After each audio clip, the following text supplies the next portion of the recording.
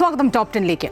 സംസ്ഥാനത്തിന്റെ സമഗ്ര വികസനത്തിനും സർവ്വമേഖലയിലെയും ജനക്ഷേമത്തിനും പരിഗണന നൽകിയ ജനകീയ ബജറ്റ് അവതരിപ്പിച്ച രണ്ടാം പിണറായി സർക്കാർ 10 വർഷം ഭരണം കിട്ടിയിട്ടും നടപ്പിലാക്കാത്ത പലതും ഈ അവസാന വർഷത്തേക്ക് പ്രഖ്യാപിക്കാൻ നീട്ടിവെച്ചത് തിരഞ്ഞെടുപ്പ് മുന്നിൽ കണ്ടെന്ന ആരോപണം തന്നെയാണ് പ്രതിപക്ഷത്തിന്. പൂച്ച വെട്ടിക്കിടക്കുന്ന ഖജനാവിന്റെ ധനസ്ഥിതി പൊതുജനങ്ങളെ അറിയിക്കാതെയുള്ള പ്രഖ്യാപനം അടുത്ത സർക്കാരിന്റെ തോളിൽ കെട്ടിവെക്കാനുള്ള ശ്രമം ജനങ്ങളെ അപ്പാടെ കബളിപ്പിക്കാനാണെന്ന് പ്രതിപക്ഷം ശക്തമായി വിമർശനം ഉന്നയിക്കുന്നു. സംസ്ഥാനത്തെ ശ്വാസം മുട്ടിക്കുന്ന ഈ ഒരു സ്ഥിതിയിലേക്ക് എത്തിച്ചത് കേന്ദ്രത്തിന്റെ ധനനയങ്ങളെന്നായിരുന്നു ധനമന്ത്രി തിരിച്ചടിച്ചത്. എന്തായാലും ക്ഷേമ ബജറ്റിന്റെ ആത്യന്തിക ലക്ഷ്യം തിരഞ്ഞെടുപ്പ് തന്നെയാണ്. ധനമന്ത്രിയുടെ ബജറ്റ് പക്ഷേ എത്രത്തോളം പ്രായോഗികമാകും? കടം വാങ്ങലിന്റെ കണക്കുകൾ പതിവായി പറയുന്ന സർക്കാർ എവിടെ നിന്ന് പണം കണ്ടെത്തും? അടുത്ത ബജറ്റ് അവതരിപ്പിക്കുന്നത് VD സതീശൻ അവകാശപ്പെടുന്നത് പോലെ ഒരുപക്ഷെ UDF തന്നെയായിരിക്കുമോ? അങ്ങനെ സർക്കാരിന് നേർക്ക് ഉയരുന്ന ചോദ്യങ്ങൾ നിരവധിയാണ്. വിശദമായ റിപ്പോർട്ടുകളൊക്കെ നോക്കാം. ആദ്യം ഹെഡ്ലൈൻസ്.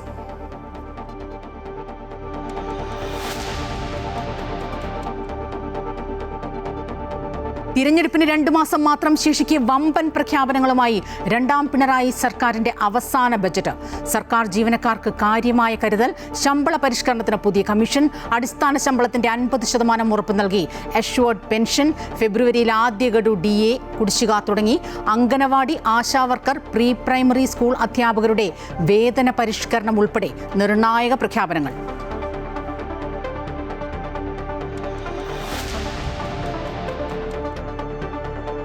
ആരോഗ്യ അടിസ്ഥാന മേഖലകളുടെ വികസനത്തിന് വാരിക്കോരി പ്രഖ്യാപനം. സ്കൂൾ വിദ്യാർത്ഥികൾക്ക് ഇൻഷുറൻസ് പദ്ധതി. റോഡ് അപകടത്തിൽപ്പെട്ട് ചികിത്സ തേടുന്നവർക്ക് ആദ്യ 5 ദിവസം സൗജന്യ ചികിത്സ. ക്യാൻസർ, ക്ഷയ, കുഷ്ഠരോഗികളുടെ പ്രതിമാസ പെൻഷൻ ഇരട്ടിയാക്കി. അതിവേഗ റെയിൽ, വിഴിഞ്ഞം, തുരങ്കപാതകൾ, വ്യവസായ ഇടനാഴി, IT പാർക്കുകൾക്കടക്കം വാരിക്കോരി നീക്കിവയ്പ്. തൊഴിലുറപ്പിന് 1000 കോടി.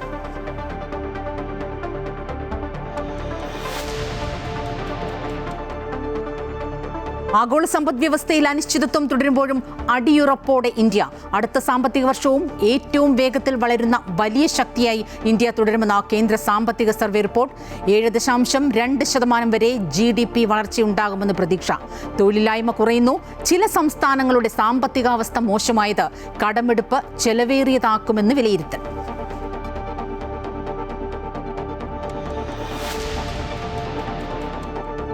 സ്പോൺസർഷിപ്പിന്റെ മറവിൽ ശബരിമലയിൽ നടന്ന കോടികളുടെ കൊള്ള കണ്ടെത്തിയിട്ടും ദേവസ്വം ബോർഡ് അവഗണിച്ചുവെന്ന് വിവരാവകാശ രേഖകൾ. 12 വർഷം മുൻപ് വിജിലൻസ് കണ്ടെത്തിയ റിപ്പോർട്ടിൽ സ്വർണ്ണ കൊടിമരത്തിൽ പെയിന്റ് അടിച്ചതും കോടികളുടെ പണപ്പിരിവും. റിപ്പോർട്ടിന്റെ പകർപ്പ് അമൃത വാർത്തകൾക്ക്. സ്വർണ്ണക്കൊള്ളയിൽ S. ശ്രീകുമാറിന് ജാമ്യം.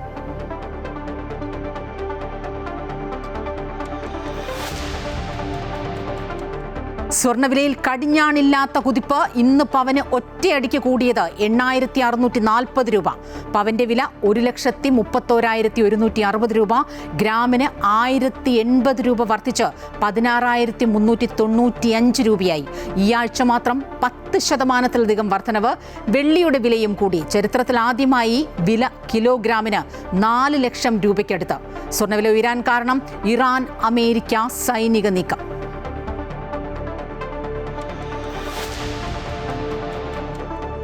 ഇറാനെതിരെ കടുത്ത സൈനിക നീക്കവുമായി അമേരിക്ക. ആണവ പദ്ധതിയുമായി ബന്ധപ്പെട്ട പുതിയ കരാറിലെത്താൻ ഇറാന് മുന്നിലുള്ള സമയം അവസാനിക്കുകയാണെന്ന് മുന്നറിയിപ്പ്. വഴങ്ങാത്ത പക്ഷം കടുത്ത ആക്രമണം നേരിടേണ്ടി വരുമെന്നും അമേരിക്കൻ പ്രസിഡന്റ് ഡൊണാൾഡ് ട്രംപ്. ശക്തമായി തിരിച്ചടിക്കുമെന്ന് ഇറാൻ.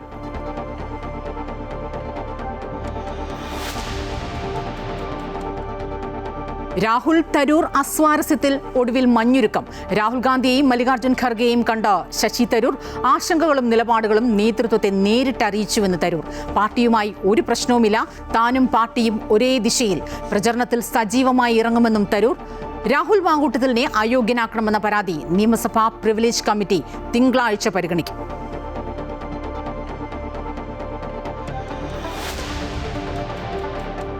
സന്തോഷ് ട്രോഫിയിൽ കേരളം ക്വാർട്ടറിൽ മേഘാലയയെ 3-0 തോൽപ്പിച്ചു. ഗ്രീൻഫീൽഡിൽ നടക്കുന്ന അവസാന T20ക്കായി ഇന്ത്യ ന്യൂസിലൻഡ് ടീമുകൾ തിരുവനന്തപുരത്ത്. മത്സരം ശനിയാഴ്ച. T20 ലോകകപ്പ് ബഹിഷ്കരിക്കാനുള്ള നീക്കത്തിൽ നിന്ന് Pakistan പിൻവാങ്ങി.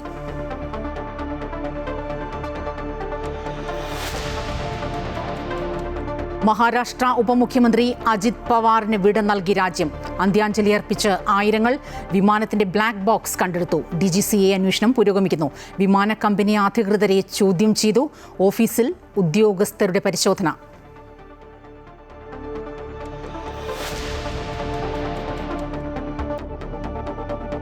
Story of the day: വാടക വഴിയിൽ വളർന്ന മലർവാടി.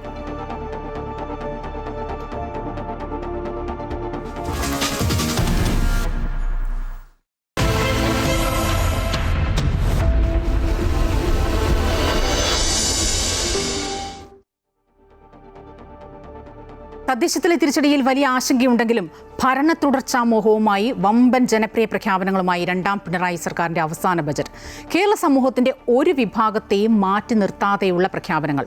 ശമ്പള പരിഷ്കരണത്തിന് പുതിയ കമ്മീഷൻ, പങ്കാളിത്ത പെൻഷന് പകരം അടിസ്ഥാന ശമ്പളത്തിന്റെ 50% ഉറപ്പു നൽകി അഷ്വേർഡ് പെൻഷൻ, ഫെബ്രുവരിയിൽ ആദ്യ ഗഡു DA കുടിശ്ശിക തുടങ്ങി അംഗനവാടി, ആശാവർക്കർ, പ്രീ പ്രൈമറി അധ്യാപകരുടെ വേതന പരിഷ്കരണം അടക്കമുള്ള പ്രഖ്യാപനങ്ങൾ ഇന്ന് നിർണായകമായി. ആഴ്ചകൾ മാത്രം ബാക്കി നിൽക്കുന്ന നിയമസഭാ തെരഞ്ഞെടുപ്പിന് തൊട്ടുമുമ്പായി പരമാവധി മേഖലകളെ തൃപ്തിപ്പെടുത്തിയ ജനകീയ ബജറ്റ്. സാധാരണക്കാരന് പ്രയോജനകരമാകുന്ന നിരവധി പ്രഖ്യാപനങ്ങൾ ഒറ്റനോട്ടത്തിൽ ബജറ്റിൽ കാണാം. അംഗനവാടി ആശാവർക്കർമാർക്കും പ്രീ പ്രൈമറി അധ്യാപകർക്കും സാക്ഷരതാ പ്രേരകമാർക്കും 1000 രൂപ ഓണറേറിയം വർദ്ധിപ്പിച്ചു. ഏവരും കാത്തിരുന്ന സാമൂഹ്യക്ഷേമ പെൻഷൻ ഉയർത്തിയില്ല. എന്നാൽ 1-2 പിണറായി സർക്കാർ ഇതിനായി ചെലവഴിച്ച തുകയുടെ കണക്കുകൾ വിവരിച്ചു കാട്ടി. അംഗനവാടി വർക്കർമാരുടെ പ്രതിമാസ വേതനത്തിൽ 1000 രൂപയുടെയും ഹെൽപ്പർമാരുടെ പ്രതിമാസ വേതനത്തിൽ 500 രൂപയുടെയും വർധനവ് വരുത്തുന്നു. ആശാവർക്കർമാരുടെ പ്രതിമാസ വേതനത്തിൽ 1000 രൂപയുടെ വർധനവ് വരുത്തുന്നു. പ്രതീക്ഷിച്ച പോലെ തന്നെ സർക്കാർ ജീവനക്കാരെ കയ്യിലെടുക്കാൻ നിർണായക പ്രഖ്യാപനങ്ങൾ നടത്തി. ശമ്പള പരിഷ്കരണ കമ്മീഷൻ പ്രഖ്യാപിച്ചു. 3 മാസത്തിനകം റിപ്പോർട്ട് സമർപ്പിക്കും. അഷ്വേർഡ് പെൻഷൻ ഏപ്രിൽ മുതൽ നടപ്പാക്കും. ക്ഷാമബത്ത കുടിശ്ശിക അടുത്ത മാസം മുതൽ നൽകി തുടങ്ങും. ഒരു ഗഡു DA ഫെബ്രുവരി മാസത്തെ ശമ്പളത്തോടൊപ്പം നൽകുന്നതാണ്. നിലവിൽ അവശേഷിക്കുന്ന ഗഡുകൾ പൂർണ്ണമായും മാർച്ച് മാസത്തെ ശമ്പളത്തോടൊപ്പം അനുവദിക്കും. സർ, DAയുടെയും DRന്റെയും കുടിശ്ശിക ഘട്ടം ഘട്ടമായി കൊടുത്തു തീർക്കും. ആദ്യ ഗഡു ബജറ്റ് വർഷത്തിൽ തന്നെ നൽകുന്നതിന് തുക ബജറ്റിൽ വകയിരുത്തിയിട്ടുണ്ട്. വിവിധ മേഖലകളിൽ സാമ്പത്തികമായും സാമൂഹ്യമായും പിന്നാക്കം നിൽക്കുന്നവർക്കായി പ്രഖ്യാപനങ്ങൾ വാരിക്കോരി നടത്തിയിരിക്കുകയാണ് സർക്കാർ ഈ അവസാന കാലത്ത്. പക്ഷേ ഇവ നടപ്പാക്കാനുള്ള വിഭവ സമാഹരണവും നിലവിലെ സാമ്പത്തിക പ്രതിസന്ധിയും 2 മാസങ്ങൾക്കപ്പുറം വരുന്ന പുതിയ സർക്കാരിന് വെല്ലുവിളിയാകുമെന്നതിൽ സംശയമില്ല. അമൃത ന്യൂസ്, തിരുവനന്തപുരം. സംസ്ഥാന ബജറ്റിൽ അടിസ്ഥാന സൗകര്യ വികസനം ലക്ഷ്യം വെച്ചുള്ള വമ്പൻ പ്രഖ്യാപനങ്ങൾ. ഗതാഗതം, വ്യവസായം, സാങ്കേതികവിദ്യ എന്നീ മേഖലകളിൽ വലിയ കുതിച്ചുചാട്ടം ലക്ഷ്യമിടുന്ന പദ്ധതികൾ ധനമന്ത്രി പ്രഖ്യാപിച്ചു. റീജിയണൽ റാപ്പിഡ് ട്രാൻസിറ്റ് സിസ്റ്റം, വിഴിഞ്ഞം തുറമുഖ വികസനം, സൈബർ വാലി എന്നീ പദ്ധതികളടക്കമാണ് ഇന്ന് പ്രഖ്യാപിച്ചത്. അടിസ്ഥാന സൗകര്യ വികസനം ലക്ഷ്യം വെച്ചുകൊണ്ടുള്ള സുപ്രധാന പദ്ധതികളാണ് ബജറ്റിൽ പ്രഖ്യാപിച്ചിരിക്കുന്നത്. Regional rapid transit system, Delhi Meerut അതിവേഗ പാതയുടെ മാതൃകയിൽ തിരുവനന്തപുരം മുതൽ കാസർഗോഡ് വരെ അതിവേഗ യാത്രാ സൗകര്യമൊരുക്കുന്ന പദ്ധതിയാണിത്. 4 ഘട്ടങ്ങളിലായി നടപ്പിലാക്കുന്ന ഇതിന്റെ ആദ്യഘട്ടം തിരുവനന്തപുരം മുതൽ തൃശൂർ വരെയാണ്. പ്രാരംഭ പ്രവർത്തനങ്ങൾക്കായി 100 കോടി രൂപ അനുവദിച്ചിട്ടുണ്ട്. Sir, regional rapid transport system RRTS. Sir, Thiruvananthapuram മുതൽ കാസർഗോഡ് വരെ അതിവേഗ യാത്രാ സൗകര്യം അനിവാര്യമാണ് എന്നത് നമുക്കെല്ലാം അറിവുള്ളതും ബോധ്യമുള്ളതുമാണല്ലോ. ഡൽഹി മീററ്റ് RRTS കോറിഡോർ മാതൃകയിൽ 4 ഘട്ടമായിട്ടാണ് കേരളത്തിൽ ഈ സംവിധാനം വിഭാവനം ചെയ്യുന്നത്. ഈ പദ്ധതിക്ക് കേന്ദ്ര ഭവന നഗരകാര്യ മന്ത്രാലയം പിന്തുണ അറിയിച്ചിട്ടുണ്ട്. അതനുസരിച്ച് തിരുവനന്തപുരം മുതൽ തൃശൂർ വരെ 1ാം ഘട്ടം, തൃശൂർ കോഴിക്കോട് 2ാം ഘട്ടം, കോഴിക്കോട് കണ്ണൂർ 3ാം ഘട്ടം, കണ്ണൂർ കാസർഗോഡ് 4ാം ഘട്ടം എന്ന നിലയിലാണ് പദ്ധതി തയ്യാറാക്കാൻ ഉദ്ദേശിക്കുന്നത്. പൊതുവിൽ ഉയർന്ന തൂണുകളിൽ കൂടി പോകുന്ന ഈ ഗതാഗതത്തിന്റെ പ്രത്യേകത നഗര മെട്രോ പദ്ധതികളുമായി സംയോജിപ്പിക്കാൻ കഴിയുമെന്നുള്ളതാണ്. ഇതിന്റെ പ്രാരംഭ പ്രവർത്തനങ്ങൾക്കായി 100 കോടി രൂപ അനുവദിക്കുന്നു. തിരുവനന്തപുരം മുതൽ അങ്കമാലി വരെയുള്ള MC റോഡ് 24 മീറ്റർ വീതിയിൽ 4 വരിപ്പാതയായി പുനർനിർമ്മിക്കും. ഇതിന്റെ 1ാം ഘട്ടത്തിനായി കിഫ്ബി വഴി 5217 കോടി രൂപ നീക്കിവെച്ചു. ആനക്കാംപൊയിൽ കള്ളാടി മേപ്പാടി തുരങ്കപാതയുടെ നിർമ്മാണം ആരംഭിച്ചു. 2134.5 കോടി രൂപയാണ് പദ്ധതിക്കായി ചിലവ് വരിക. വിഴിഞ്ഞം തുറമുഖത്തിന്റെ വികസനത്തിനായും വലിയ പ്രഖ്യാപനങ്ങളുണ്ട്. അനുബന്ധ പദ്ധതികൾക്കായി 1000 കോടി രൂപയുടെ നിക്ഷേപം നടത്താനും പദ്ധതിയുണ്ട്. ഒപ്പം വിഴിഞ്ഞം തുറമുഖം മുതൽ ചവറ വഴി കൊച്ചി വരെ ബന്ധിപ്പിക്കുന്ന ഒരു റെയർ എർത്ത് കോറിഡോർ സ്ഥാപിക്കും. കൊച്ചി ബാംഗ്ലൂർ വ്യവസായ ഇടനാഴിയുടെ ഭാഗമായുള്ള ഈ പദ്ധതിക്കായി 1350 ഏക്കർ ഭൂമി ഏറ്റെടുത്തു കഴിഞ്ഞു.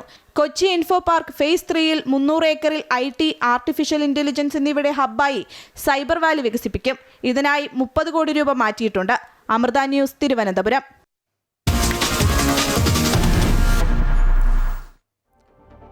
ആരോഗ്യരംഗത്തിനും വിദ്യാഭ്യാസ രംഗത്തിനും ഊന്നൽ നൽകിക്കൊണ്ടാണ് ഈ വർഷത്തെ സംസ്ഥാന ബജറ്റ് പ്രഖ്യാപിച്ചിരിക്കുന്നത്. സൗജന്യ വിദ്യാഭ്യാസം ഇനി ബിരുദതലത്തിലേക്ക് വ്യാപിപ്പിക്കുമെന്ന് ധനമന്ത്രി അറിയിച്ചു.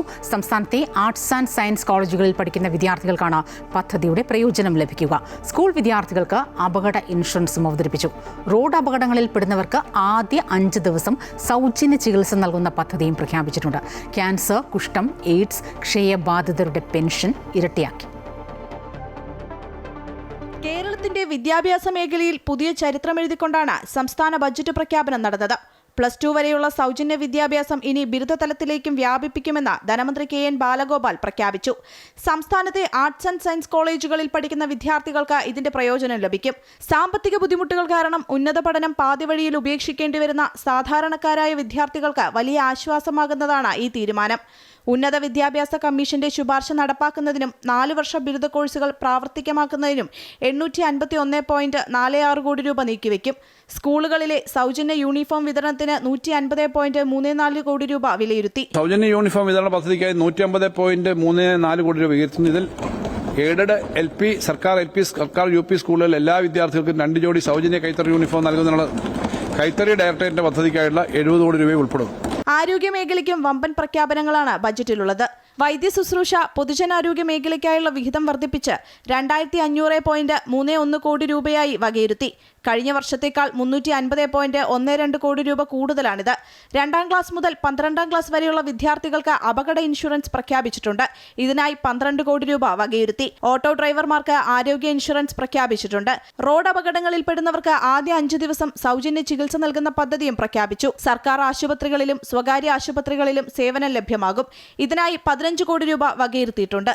സർ, വൈദ്യ ശുശ്രൂഷയും പൊതുജനാരോഗ്യ മേഖലയ്ക്കുള്ള പദ്ധതി വിഹിതം വർദ്ധിപ്പിച്ച് 2500.31 കോടി രൂപയായിട്ട് വകയിരുത്തുന്നു. ഇത് കഴിഞ്ഞ വർഷത്തെ വിഹിതത്തേക്കാൾ 350 കോടി രൂപ, 350.12 കോടി രൂപ, 16.28% കൂടുതലാണ്.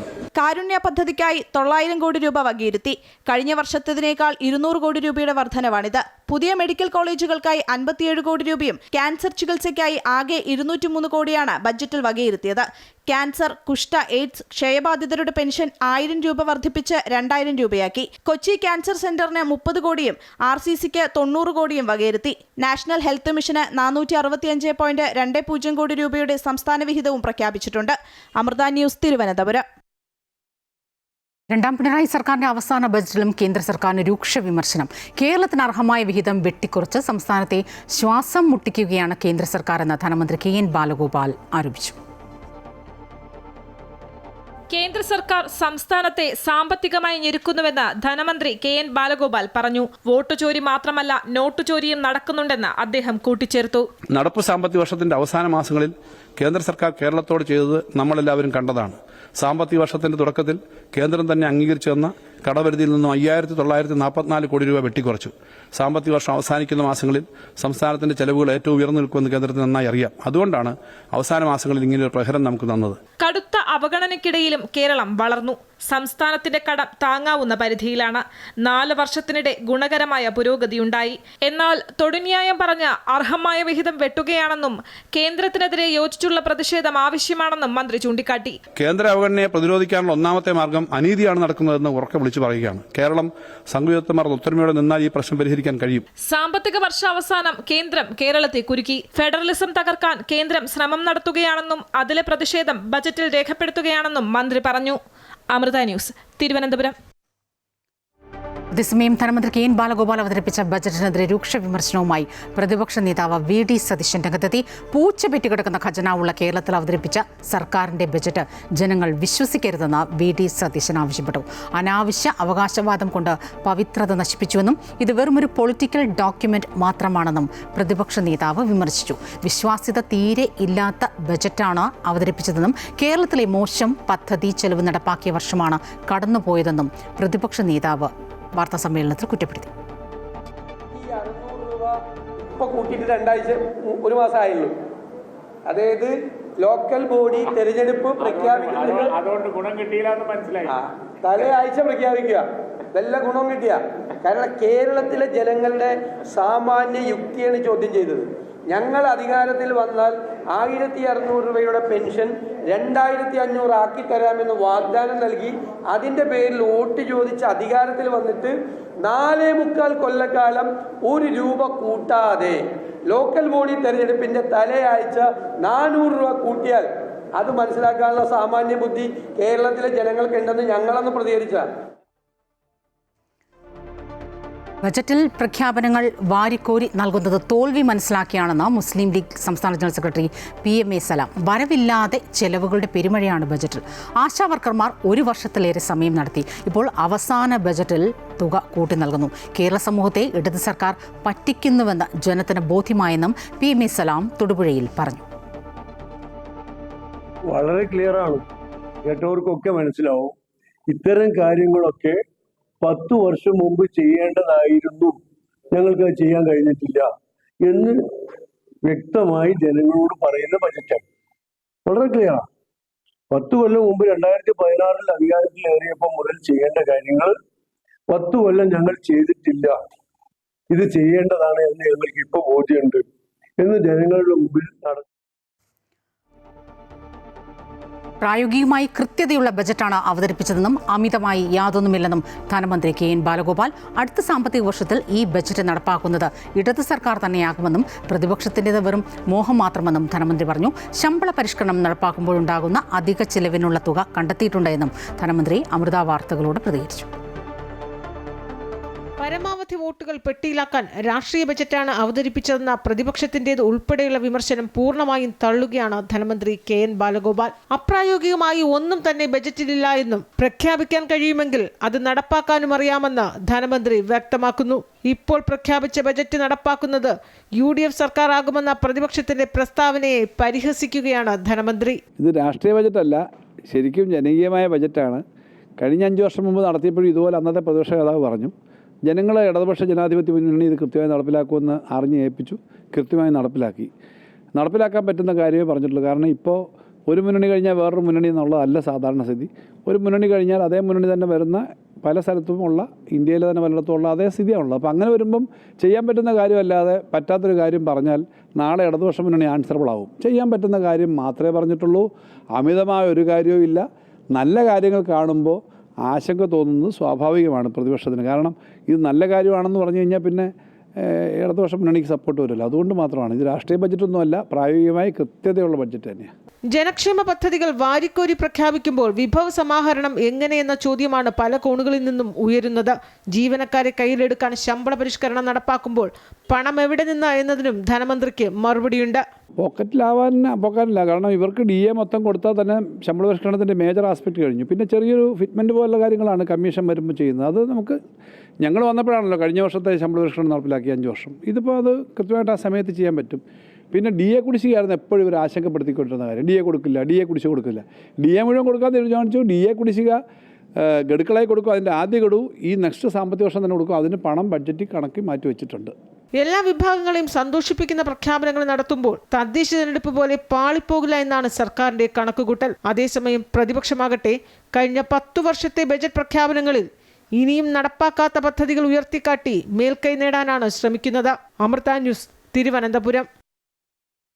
സംസ്ഥാന ബജറ്റ് ജനങ്ങൾ കയ്യടിയോടെ സ്വീകരിച്ചുവെന്ന മന്ത്രി വി ശിവൻകുട്ടി. വിദ്യാഭ്യാസ വകുപ്പിൽ വിപ്ലവകരമായ മാറ്റമാണ് സംസ്ഥാന ബജറ്റിൽ ഉള്ളതെന്നും ആധുനിക സാങ്കേതിക വിദ്യ വിദ്യാർത്ഥികളിലേക്ക് എത്തിക്കുന്നതിൽ സർക്കാർ പ്രതിജ്ഞാബദ്ധമാണെന്നും മന്ത്രി പറഞ്ഞു.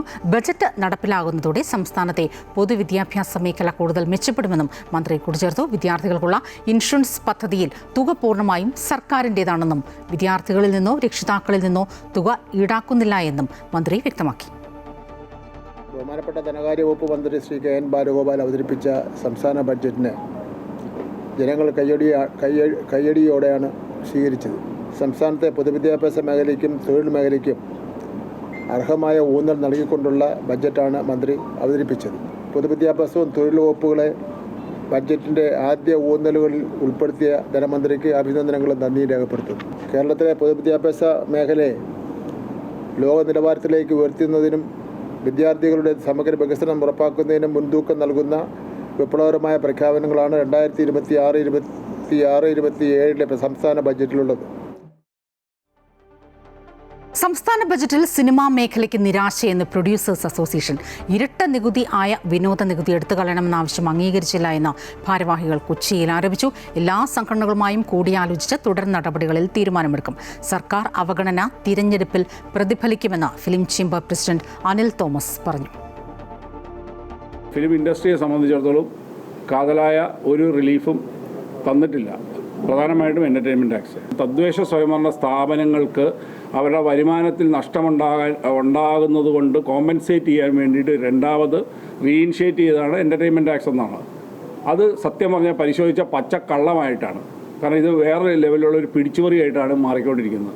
അത് ഒഴിവാക്കണമെന്ന് നിരന്തരം പറഞ്ഞിട്ട് ഈ ബഡ്ജറ്റ് സ്പീച്ചിലും ഇല്ല. അത് വളരെ നിരാശാജനകമാണ്. ഞങ്ങൾക്ക് ശക്തമായ അതിനകത്ത് പ്രതിഷേധമുണ്ട്. സംസ്ഥാന ബജറ്റിൽ റബ്ബറിന് കടുത്ത അവഗണന. റബ്ബറിന്റെ താങ്ങുവില 250 രൂപയായി ഉയർത്തുമെന്ന കർഷകരുടെ പ്രതീക്ഷകൾ യാഥാർത്ഥ്യമായില്ല. ഇതോടെ വരുന്ന നിയമസഭാ തെരഞ്ഞെടുപ്പിൽ റബ്ബർ വില ഒരു ചർച്ചാ വിഷയമായി ഉയർന്നേക്കും. രണ്ടാം പിണറായി സർക്കാരിന്റെ അവസാന ബജറ്റിൽ പ്രതീക്ഷയർപ്പിച്ചിരുന്ന റബ്ബർ കർഷകർ നിരാശരായി. റബ്ബർ കൃഷിക്കോ കർഷകർക്കോ ഗുണകരമായ പ്രഖ്യാപനങ്ങളൊന്നും ബജറ്റിൽ ഉണ്ടായില്ല. ഇടതുമുന്നണിയുടെ പ്രകടന പത്രികയിൽ വാഗ്ദാനം ചെയ്തിരുന്നതുപോലെ റബ്ബറിന്റെ താങ്ങുവില 250 രൂപയായി ഉയർത്തിയതുമില്ല. റബ്ബർ കർഷകരെ പാടെ അവഗണിച്ചു. കാരണം അവർ സംഘടനത്തിലല്ല. അവിടെ ഒറ്റപ്പെട്ട ചില സംഘടനകൾ ഇതിന് ചെറിയ സമരങ്ങളൊക്കെ ചെയ്ത് മാറുന്നതല്ലാതെ റബ്ബർ കർഷകരെ സംരക്ഷിച്ചില്ലെങ്കിൽ ഒന്നും സംഭവിക്കുകയില്ല എന്നൊരു ധാരണ അത് ഗവൺമെൻറ്റിന് വന്നു. പക്ഷേ എല്ലാവരും ഓർത്തത് ഇപ്പോൾ ഈ അവസാന സമയമാണ്, എന്തായാലും ഗവൺമെൻറ് ഒരു 250 രൂപയിലും ആക്കും എന്ന് വിചാരിച്ചിരുന്നു. അത് നിരാശപ്പെടുത്തി കളഞ്ഞു. 1.25 ലക്ഷം ഹെക്ടർ റബ്ബർ അൺടാപ്പഡ് തോട്ടങ്ങൾ ഇവിടെ ഉണ്ടെന്നാണ് കണക്ക് പറയുന്നത്. അവർ പോലെ തന്നെ കണക്കാണ്. അപ്പോൾ അങ്ങനെയുള്ള സാഹചര്യത്തിൽ ഈ വെട്ടുന്നവർക്ക് അത് കിട്ടുന്നുമില്ല. അപ്പോൾ അവർക്ക് ജീവിക്കാനായിട്ട് വളരെ ബുദ്ധിമുട്ടാണ്. കാരണം ഉൽപ്പാദന ചെലവ് പലതരത്തിൽ വരുന്നുണ്ട്. അപ്പോൾ ഇതെല്ലാം കൂടെ വന്നു കഴിയുമ്പോൾ മനുഷ്യന് ബുദ്ധിമുട്ട് വരും. റബ്ബർ ഷീറ്റായി വിപണിയിൽ എത്തിച്ചെങ്കിൽ മാത്രമേ കർഷകർക്ക് വിലവർദ്ധനവിൻ്റെ ഗുണം ലഭിക്കൂ. എന്നാൽ റബ്ബറിന് 250 രൂപയെങ്കിലും വില ലഭിച്ചാൽ മാത്രമേ ഷീറ്റായി റബ്ബർ വിപണിയിൽ എത്തിക്കാനും സാധിക്കൂ.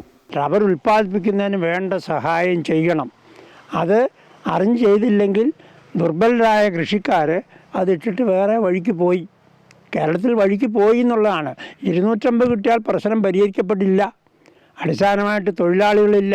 തൊഴിലാളികളെ പുറത്തുനിന്ന് കൊണ്ടുവരണം, ട്രെയിനിങ് കൊടുക്കണം, അവരെ ഇവിടെ താമസിപ്പിക്കണം, അവർക്ക് മെച്ചപ്പെട്ട ആനുകൂല്യങ്ങൾ കൊടുക്കണം.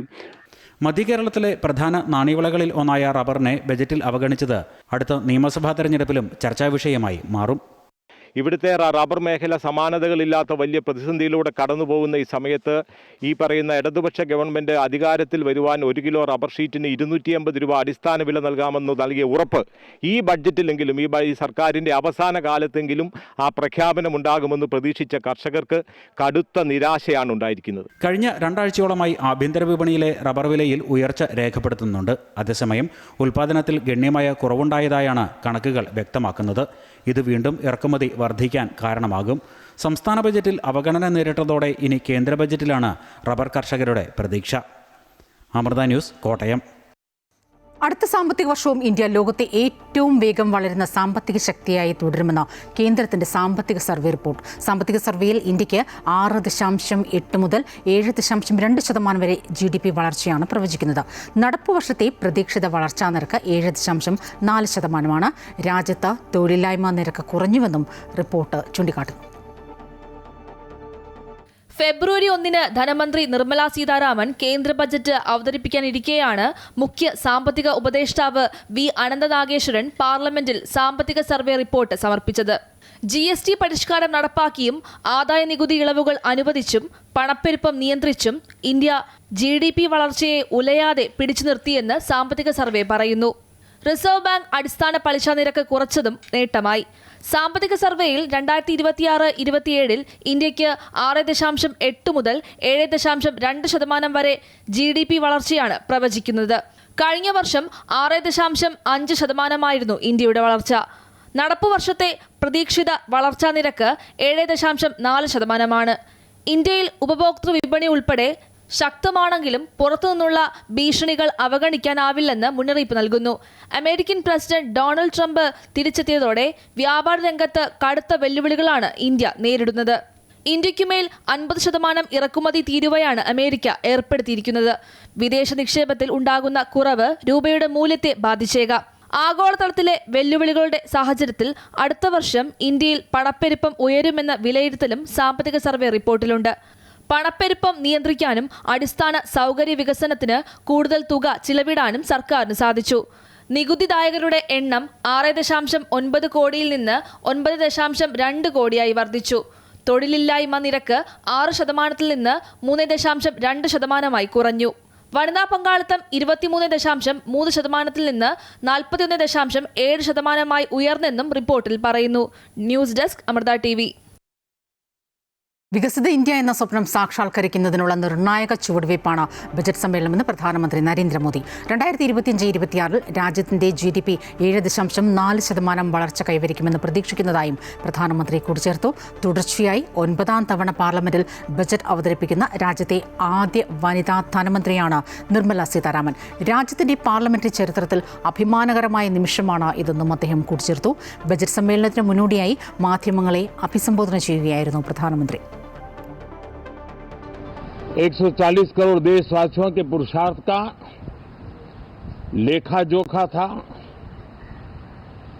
और 140 करोड़ देशवासी और उसमें भी ज्यादातर युवा उनके एस्पिरेशंस को रेखांकित करने का बहुत ही सटीक उद्बोधन सभी सांसदों के लिए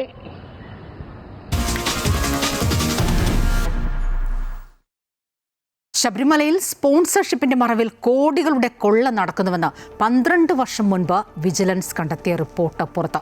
സ്വർണ്ണക്കൊടിമരത്തിൽ പെയിന്റ് അടിച്ചതും കോടികളുടെ പണപ്പിരിവും ഉൾപ്പെടെയുള്ള ഞെട്ടിക്കുന്ന വിവരങ്ങൾ ദേവസ്വം വിജിലൻസിന്റെ റിപ്പോർട്ടിലുണ്ട്. തട്ടിപ്പ് സംബന്ധിച്ച് അതീവ ഗുരുതര വിജിലൻസ് മുന്നറിയിപ്പുകൾ ദേവസ്വം ബോർഡ് അവഗണിച്ചതായി വിവരാവകാശ രേഖകൾ വ്യക്തമാക്കുന്നു. ദേവസ്വം വിജിലൻസ് റിപ്പോർട്ടിന്റെ പകർപ്പ് അമൃത വാർത്തകൾക്ക് ലഭിച്ചു. ശബരിമലയുടെ ചൈതന്യത്തെ പോലും ബാധിക്കുന്ന തരത്തിൽ ഉദ്യോഗസ്ഥ സ്പോൺസർ മാഫിയ സന്നിധാനത്ത് പിടിമുറുക്കിയിരുന്നതായി 12 വർഷം മുൻപ് ദേവസ്വം വിജിലൻസ് റിപ്പോർട്ട് നൽകിയിരുന്നു. 2013 അന്നത്തെ വിജിലൻസ് SP CP ഗോപകുമാറാണ് ഹൈക്കോടതി നിർദ്ദേശപ്രകാരം അന്വേഷണം നടത്തി റിപ്പോർട്ട് സമർപ്പിച്ചത്. തന്ത്രിയുടെയോ ബോർഡിന്റെയോ അനുമതിയില്ലാതെ കൊടിമരത്തിന്റെ ചൂട്ടിലെ ശില്പങ്ങളിൽ സ്വർണ്ണ നിറത്തിലുള്ള ചായം അടിച്ചതായിരുന്നു പ്രധാന കണ്ടെത്തൽ. ചെന്നൈയിലെ ഒരു വ്യാപാര സ്ഥാപനത്തിന്റെ ചെലവിൽ തന്നിഷ്ടപ്രകാരമാണ് അന്നത്തെ executive officer M Satheesh, administrative officer K Rajan എന്നിവർ ഇത് ചെയ്തത്. ചൈതന്യലോപത്തിന് ഇത് കാരണമായെന്ന് തന്ത്രിമാരായ കണ്ഠരര് രാജീവരരും കണ്ഠരര് മഹേശ്വരരും അന്ന് റിപ്പോർട്ട് നൽകിയിരുന്നു. മാത്രമല്ല, സ്പോൺസർഷിപ്പിന്റെ മറവിലും അന്യസംസ്ഥാനങ്ങളിൽ നിന്ന് കോടികളുടെ പണപ്പിരിവ് നടക്കുന്നതായും റിപ്പോർട്ടിലുണ്ട്. പിരിച്ചെടുക്കുന്ന തുകയുടെ ചെറിയ പങ്ക് മാത്രം ശബരിമലയിൽ ചെലവാക്കുകയും ബാക്കി തുക ഉദ്യോഗസ്ഥരും സ്പോൺസർമാരും വീതിച്ചെടുക്കുന്നുവെന്നുമാണ് കണ്ടെത്തിയിരുന്നത്. പ്രതിഫലമായി സ്പോൺസർമാർക്ക് സന്നിധാനത്ത് VIP പരിഗണനയും നൽകി വന്നു. 2012 ഏപ്രിൽ 4 ഇരുവരും ചേർന്ന് അനുമതിയില്ലാതെ സന്നിധാനത്ത് ഒറ്റത്താമ്പൂല പ്രശ്നവും നടത്തി. ഇക്കാര്യം ദേവസ്വം ഓംബുഡ്സ്മാന്റെ ശ്രദ്ധയിൽപ്പെടുകയും അദ്ദേഹം ഹൈക്കോടതിയെ അറിയിക്കുകയും ചെയ്തതോടെയാണ് വിജിലൻസ് അന്വേഷണത്തിന് കളമൊരുങ്ങിയത്. ഗുരുതര വീഴ്ച വരുത്തിയ എക്സിക്യൂട്ടീവ് ഓഫീസറെയും അഡ്മിനിസ്ട്രേറ്റീവ് ഓഫീസറെയും സസ്പെൻഡ് ചെയ്യാനും വകുപ്പ് തല നടപടി സ്വീകരിക്കുവാനും അന്നത്തെ ലേസൺ ഓഫീസറായിരുന്ന P ബാലനെ തൽസ്ഥാനത്ത് നിന്ന് ഒഴിവാക്കാനും വിജിലൻസ് ശുപാർശ ചെയ്തിരുന്നു. എന്നാൽ ഭരണതലത്തിലെ സ്വാധീനം ഉപയോഗിച്ച് യാതൊരു നടപടിയും സ്വീകരിക്കാതെ ഈ റിപ്പോർട്ട് പൂഴ്ത്തി. ഈ അനാസ്ഥയാണ് പിന്നീട് ശബരിമലയിൽ വലിയ രീതിയിലുള്ള സ്വർണ്ണക്കവർച്ച അടക്കമുള്ള സംഭവങ്ങളിലേക്ക് നയിച്ചതെന്നാണ് ലഭിക്കുന്ന സൂചന. ബോർഡിന്റെ രേഖാമൂലമുള്ള അനുമതിയില്ലാതെ യാതൊരു സ്പോൺസർഷിപ്പും പാടില്ലെന്ന കർശന നിർദ്ദേശവും അന്ന് കാറ്റിൽ പറത്തി. ദേവസ്വം വിജിലൻസ് അന്ന് നൽകിയ മുന്നറിയിപ്പ് മുഖവിലേക്കെടുത്തിരുന്നെങ്കിൽ ശബരിമലയുടെ ചരിത്രത്തിലെ വലിയ കവർച്ചകളും അഴിമതികളും തടയാമായിരുന്നുവെന്നാണ് പുറത്തുവരുന്ന രേഖകൾ തെളിയിക്കുന്നത്. അമൃത ന്യൂസ്, പത്തനംതിട്ട. ശബരിമല സ്വർണ്ണക്കൊള്ളയിൽ പ്രതിയായ മുൻ അഡ്മിനിസ്ട്രേറ്റീവ് ഓഫീസർ S ശ്രീകുമാറിന് ജാമ്യം. കൊല്ലം വിജിലൻസ് കോടതിയാണ് ഉപാധികളോടെ ജാമ്യം അനുവദിച്ചത്. അറസ്റ്റിലായി 43ാം ദിവസമാണ് പ്രതിക്ക് ജാമ്യം ലഭിക്കുന്നത്. പ്രഥമദൃഷ്ടിയാൽ ശ്രീകുമാറിനെതിരെ ഒരു തെളിവും SITക്ക് ഹാജരാക്കാനായില്ല എന്നും ജാമ്യ ഉത്തരവിൽ പറയുന്നുണ്ട്. അതേസമയം കേസിലെ പ്രതിയായ KP ശങ്കർദാസിനെ വിജിലൻസ് കോടതിയിൽ ഹാജരാക്കി വീണ്ടും റിമാൻഡ് ചെയ്തു. ദ്വാരപാലക ശില്പ കേസിലെ 6ാം പ്രതിയാണ് S ശ്രീകുമാർ. മുരാരി ബാബു മാറിയതിന് പിന്നാലെ അഡ്മിനിസ്ട്രേറ്റീവ് ഓഫീസറായ ശ്രീകുമാർ ദ്വാരപാലക ശില്പപാളികൾ കടത്തുന്നതിന് ദിവസങ്ങൾക്ക് മുൻപാണ് ജോലിയിൽ പ്രവേശിച്ചത്. മേലുദ്യോഗസ്ഥരുടെ നിർദ്ദേശപ്രകാരം താൻ ഒപ്പുവച്ചു. സ്വർണ്ണപ്പാളി കടത്തിയതിൽ തനിക്ക് പങ്കില്ല എന്നുമാണ് ശ്രീകുമാർ ജാമ്യ ഹർജിയിൽ പറഞ്ഞിരുന്നത്. പ്രതിഭാഗം വാദം മുഖവിലേക്കെടുത്ത വിജിലൻസ് കോടതി ജാമ്യം ശ്രീകുമാറിന് അനുവദിക്കുകയായിരുന്നു. പ്രഥമദൃഷ്ട്യാ ശ്രീകുമാറിനെതിരെ ഒരു തെളിവും SITക്ക് ഹാജരാക്കാനായില്ല. ദ്വാരപാലക ശില്പങ്ങൾ കൊണ്ടുപോകാൻ എല്ലാം തയ്യാറായതിനു ശേഷമാണ് ശ്രീകുമാറിന്റെ നിയമനം. എക്സിക്യൂട്ടീവ് ഓഫീസറുടെ നിർദ്ദേശപ്രകാരം ശ്രീകുമാർ മഹസറിൽ ഒപ്പുവച്ചു. മുഖ്യപ്രതി ഉണ്ണികൃഷ്ണൻ പോറ്റിയുമായി ശ്രീകുമാറിന് ബന്ധമില്ല. മഹസറിൽ ഒപ്പുവച്ചതല്ലാതെ മറ്റു കാരണങ്ങൾ ഒന്നും ശ്രീകുമാറിനെതിരെ ഇല്ലാത്ത സാഹചര്യത്തിലാണ് ജാമ്യം അനുവദിച്ചത് എന്നുമാണ് ജാമ്യ ഉത്തരവിൽ പറയുന്നത്. അതേസമയം കേസിലെ മറ്റൊരു പ്രതിയായ KP ശങ്കർദാസിനെ ഇന്ന് വിജിലൻസ് കോടതിയിൽ ഹാജരാക്കി. വീണ്ടും 14 ദിവസത്തേക്ക് കൂടി ശങ്കർദാസിനെ റിമാൻഡ് ചെയ്തു. ശാരീരിക ബുദ്ധിമുട്ടുകൾ കാരണം വീൽചെയറിലാണ് പ്രതിയെ കോടതിക്കുള്ളിൽ പ്രവേശിപ്പിച്ചത്. കേസിലെ മറ്റൊരു പ്രതിയായ സുധീഷ് കുമാറിന്റെ റിമാൻഡ് കാലാവധി 90 ദിവസം കഴിഞ്ഞതിനാൽ ഉടൻ ജാമ്യഹർജി സമർപ്പിക്കും. SIT ഇതുവരെ കുറ്റപത്രം സമർപ്പിക്കാത്തതിനാൽ പ്രതിക്ക് സ്വാഭാവിക ജാമ്യം ലഭിച്ചേക്കും. അമൃത ന്യൂസ്, കൊല്ലം.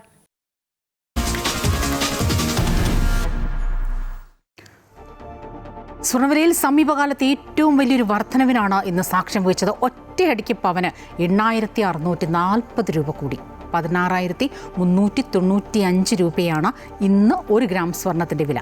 പണിക്കൂലിയും GSTയും അടക്കം 1 പവൻ സ്വർണ്ണാഭരണം വാങ്ങുന്നതിന് ഇന്ന് 1.5 ലക്ഷം രൂപയോളം വില നൽകേണ്ടി വരും. ചരിത്രത്തിൽ ആദ്യമായാണ് ഒറ്റ ദിവസം കൊണ്ട് 1 പവൻ സ്വർണത്തിന് 8,640 രൂപ വർദ്ധിക്കുന്നത്.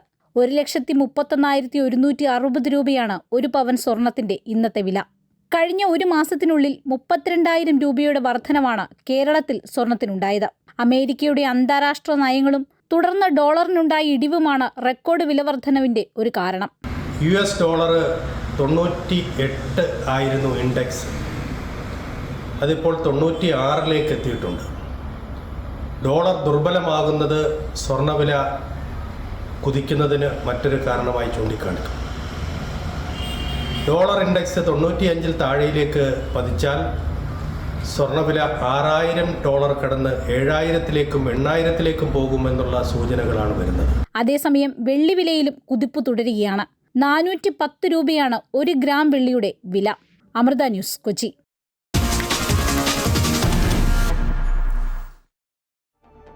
പശ്ചിമേഷ്യയിലെ അസ്വാരസ്യങ്ങൾ തന്നെയാണ് ഒരുപക്ഷെ സ്വർണ്ണവില കൂടുന്നതിന് വലിയൊരു കാരണമായി മാറുന്നതും. എന്തായാലും ഇറാനെതിരെ സൈനിക നീക്കം അമേരിക്ക ശക്തമാക്കിയിരിക്കുന്നു. ആണവ പദ്ധതിയുമായി ബന്ധപ്പെട്ട പുതിയ കരാറിന് വഴങ്ങിയില്ലെങ്കിൽ സൈനിക നടപടി ഉണ്ടാകുമെന്ന് ട്രംപ് മുന്നറിയിപ്പ് നൽകിയതിന് പിന്നാലെയാണ് സൈനിക നീക്കം.